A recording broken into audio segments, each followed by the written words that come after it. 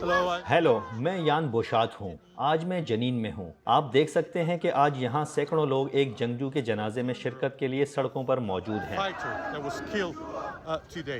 यहाँ लोगों में बहुत गुस्सा है और माहौल काफी कशीदा है। आप देख सकते हैं कि यहाँ काफी लोगों के हाथों में हथियार हैं। वो गुस्से में हैं और उनका कहना है कि यहाँ मौजूद फलस्तीनियों के लिए हल तलाश करने का वाहिद रास्ता ये है कि वो इजरायली फोर्सेस का मुकाबला करें। इस जंग के आगाज से लेकर अब तक मगरबी किनारे में 100 से ज्यादा फलस्तीनियों को मारा जा चुका है, जिनमें से ज्यादातर इजरायली फोर्सेस के हाथों हलाक हुए हैं।